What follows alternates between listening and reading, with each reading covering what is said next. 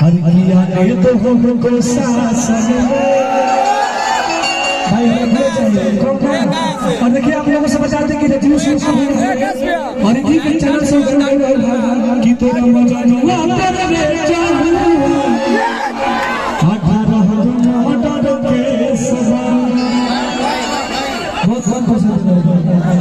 और आज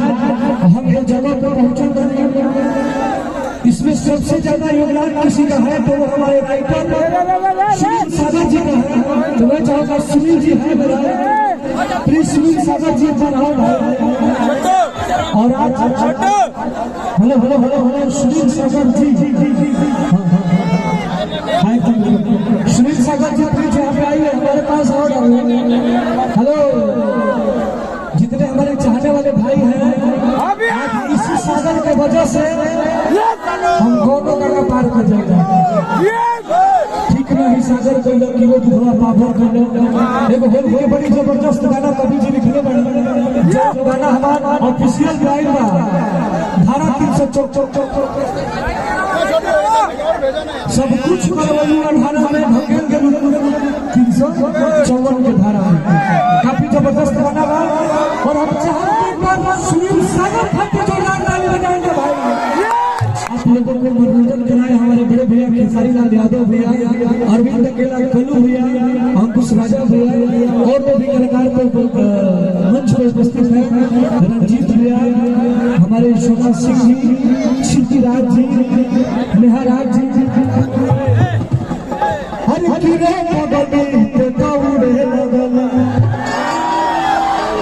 जब से ज्यादा तुम दुनिया से जुड़े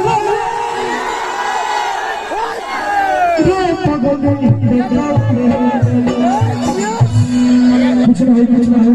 देखिए हमारे पास अखिलेश कश्यप मुझे बहुत ज्यादा मोहब्बत देते हैं साथ ही साथ हमारे अनुज आर्या भैया इनका चैनल से हमारे को बड़ी जबरदस्त गाना कलाकारों को कुछ ना हो इनके चैनल से हमारे को गाना हुआ कि जब सारा धन दे देबो ना चलिया के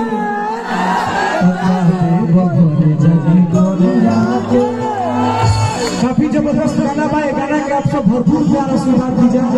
इतना प्यार आशीर्वाद दीजिए कि जे हमारा नचनिया के नंबर गाना 100 मिलियन प्लस एक जगह बाकी जगह तो कोई जगह 30 मिलियन 40 मिलियन कहीं कहीं 50 मिलियन और सही गाना के प्यार दीजिए बाबा को गाना लिखले अरे की बम्बे में लेके मोखनिया अरे चले बदे की नचनिया साथ साथ हमारे मैं